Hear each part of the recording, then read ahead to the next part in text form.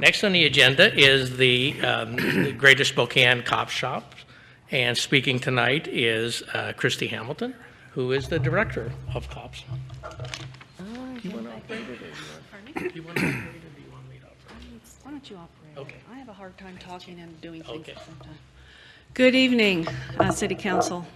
Well, Ben slipped out on me, so good He had to evening. take a moment. I understand. So, Welcome to you, Candace. thank you. Good Welcome to be here. everybody.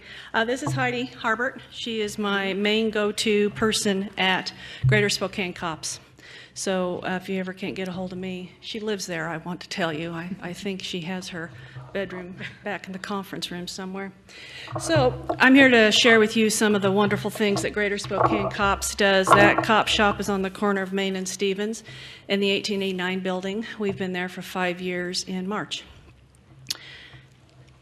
And we have a partnership, as you can see, with Washington State Department of Corrections. We have 2 Department of Corrections staff who are officed there. My crime victim advocate, Cindy Shackelford, is there, and that shop does a lot of work with the downtown neighborhood businesses and residents. As you can see, we're well marked, and there's Heidi. Uh-oh. So the volunteers at Greater Spokane C.O.P.S, we come from all different walks of life. Very divergent work groups are our volunteers. But our common cause and our mission statement is to provide the best quality crime prevention education services that we can to the citizens of Spokane. And this C.O.P.S shop serves, as you can see, the downtown area, the neighborhoods of Browns Addition, Peaceful Valley, and the southwest areas of Cliff Cannon, Manitou Cannon Hill, Grandview Thorpe, Latah Hangman Valley, and Comstock and West Hills. The neighborhood conditions officer for that is Officer Tim Ottmar. So you can see he is a very busy person, as are the volunteers who work out of that area. We have a large service area there. Our partnership list is huge, but we really wanted to focus on the ones that were most conducive to this Greater Spokane C.O.P.S. Of course, the Spokane Police Department, one of the things that I don't know all of you are aware of, but that particular C.O.P.S shop is our command post for any of the downtown events.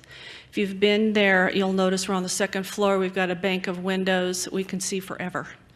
And so it is used as a command post by SPD pretty consistently for those events. But our partnerships include SPD, Department of Corrections, the neighborhood councils, which we work closely with, Spokane Transit Authority, the Downtown Business Partnership, security ambassadors, and we are probably pretty well hooked up with most of the social service agencies because we deal with a lot of the citizens who need those social service connections. We keep statistics so that everybody, if someone calls and says how many of this or that, we can tell you in a fairly timely manner. We have, of course, our Neighborhood Resource Center. We keep a very thorough documentation of resources and referrals for all citizens who call us. Crime prevention information.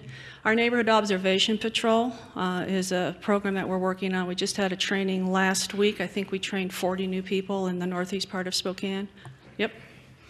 So we're happy about that.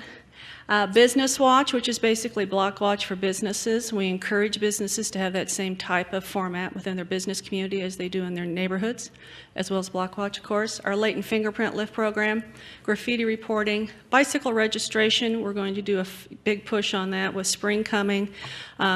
Stolen bicycles in Spokane are kind of an issue most of you are aware of. If you register your bicycle with Spokane C.O.P.S and it gets stolen, we can actually get it back to you because we keep a record of that registration. So we are going to do some as much public service work as we can to get bicycle registrations up and going. Crime victim advocacy. We have a grant through the Office of Crime Victims in Olympia, and Cindy Shackelford is my crime victim advocate for ID theft and fraud. Cindy gets about 300 referrals a month through the Spokane Police Department as well as the Sheriff's Department. And those are the ones we are reported. So she keeps a very, very busy schedule working with those individuals. And then, of course, National Night Out Against Crime, which this year is August 5th. I actually looked it up on the calendar so I know which August I need to start getting prepared for. And there we go. There's the hard numbers, which you have in front of you. I won't go through all of those. But I think you can see that C.O.P.S shop stays busy with a small team. Our Neighborhood Observation Patrol downtown is probably unique in that we have a walking NOP program. where we have volunteers who walk the downtown core during daylight hours. We're a tough program to insure, as you can imagine, so walking NOP is daylight hours only. And we work very closely with our NCOs on our NOP program, either one, whether you're driving around or nopping, daytime nopping, just because we want to provide the officers with what information they need. So again, the eyes and ears component. Block Watch. We take what we do very seriously in Block Watch. We believe very, very firmly in Spokane that Block Watch is a highly effective crime prevention program. I think what makes it unique and very workable in the city of Spokane is that we still care about each other. We're willing to call someone at 3 in the morning if we notice something going on. And we're willing to do that. So the Block Watch program is something where we're planning on 3 major Block Watch pushes throughout the city of Spokane this spring. We're doing one in Brown's Addition, East Central, and way up on the South Hill, Southgate area. We're going to do one April, one in May, and one in early part of June. So we really encourage people to outreach and do Block Watch in their neighborhood. And then what else we got going here? Business Watch, as I mentioned briefly, Heidi has been key in contacting 70 businesses in the downtown core in regards to Block Watch. Business Watch is a highly effective program that the East Central Business Association has been using for many years very successfully. So any businesses that are watching us this evening who want to know how to hook up with Business Watch, call your cop shop, call me. I think everybody in town knows how to get a hold of me. If not, my cell is 220-7813. And if I don't answer it, leave a message and I'll call you back. Latent fingerprint lift, we have a team of volunteers, and we also work with C.O.P.S, the sheriff's version of C.O.P.S in the county. We train together. We also coordinate efforts very consistently. This is a tough service because you can lift a lot of prints and not get a lot of action, but we have been responsible for a couple of arrests, which is very provides a lot of feedback, if you will, back to the volunteers. But it's labor intensive and it's weather conditions. So when it's really, really cold or raining or snowing, lifting a print is next to impossible. And unfortunately, a lot of people watch CSI and think we can lift a print. We have that really cool computer screen. Y'all knew about that, didn't you? It just slide and there it is. If only. We're not that sophisticated. Graffiti reporting, we still encourage and work with all of my volunteers as well as citizens who are maybe reluctant to report graffiti because they're not sure what they're seeing, to go through the cop shops to do so. And then we work with Office of Neighborhood Services and Police Department to make sure that those are reported, dutifully noted so we know what we're looking at. We still have some gang graffiti in the city of Spokane, but that's not the majority of our graffiti. It's pretty seasonal, and so most of it is just stuff that people have no permission to put on other people's property. But it still needs to be cleaned up. So I really encourage people who have graffiti to clean it up as soon as you can. It sends a message, if you don't clean it up, that you don't care. And then if you don't care about that, what else don't you care about? And that's really how the people who promote this crime think. So we want you to clean it up as soon as you possibly can.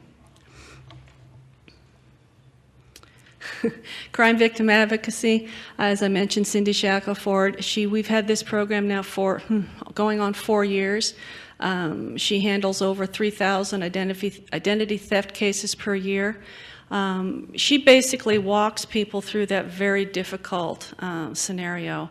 We work with a lot of elderly and low-income individuals who their purse is stolen, their wallet is stolen. It's never happened to them before. They really don't know what to do. They're frightened, they're confused. The whole identity thing is a huge myriad of contacting people, filling out new paperwork, filling it out again, contacting them again. And Cindy's job, and she's very, very good at it, is to walk those individuals through that process. National Night Out Against Crime, Gary spoke about it very eloquently for the downtown area. We had 91 parties in the city of Spokane last year. That number's down, but we'd have bigger parties. So I'm not one that, the numbers aren't as important to me as the quality of what we do. So where we had less parties last year, we had larger neighborhood and more people getting together in those neighborhoods. And that, to me, feedback from that has been very positive. So we'll continue to focus on good partnerships throughout the communities where people are actually doing more outreach. So we're happy about that. And as you can see, the general meeting at Greater Spokane C.O.P.S is on the third Wednesday of each month at 1 p.m. We are very, very encouraging of people to attend that. Let us know what your needs are. If you're unable to attend, you can call the C.O.P.S shop and let us know. You can contact me. We're always looking for ways to make sure we're meeting the needs of our citizens. And we can only do that by asking for that information. So I encourage people to do that and to attend the meetings. I think that's it. Any questions? No, just thank you very Thank much you. for all the work you do. You're very welcome. I Yeah. appreciate all your support. I really, really do. My volunteers do also. So thank you. Thank you.